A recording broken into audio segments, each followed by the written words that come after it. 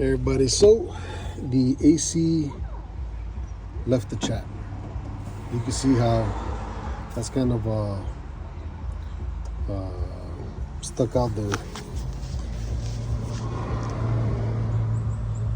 Yep, so I got home, I left, dropped off some packages at for Amazon returns. Came back,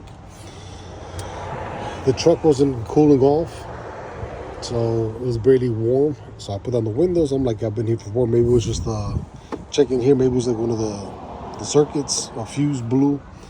But then I looked down there when I got here and opened it up, and this thing was hot. I think it was super hot. The front part's spinning, but that thin piece in the metal, that thin piece of metal right there, is barely spinning around. So I said, you know what? I'm gonna leave it be.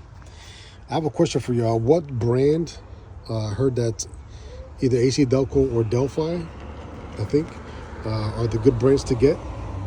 I was also asking ChatGPT, and he said, and it was saying that because of the way that it went out, considered a catastrophic failure, that I should redo the whole compressor, the orifice tube, empty everything, and redo it again. What do you guys think? Have you done that before, or just taking that out, taking out the Freon or the Freon, taking that out, and then put it back in the new one? Let me know, because this is the first time I do this.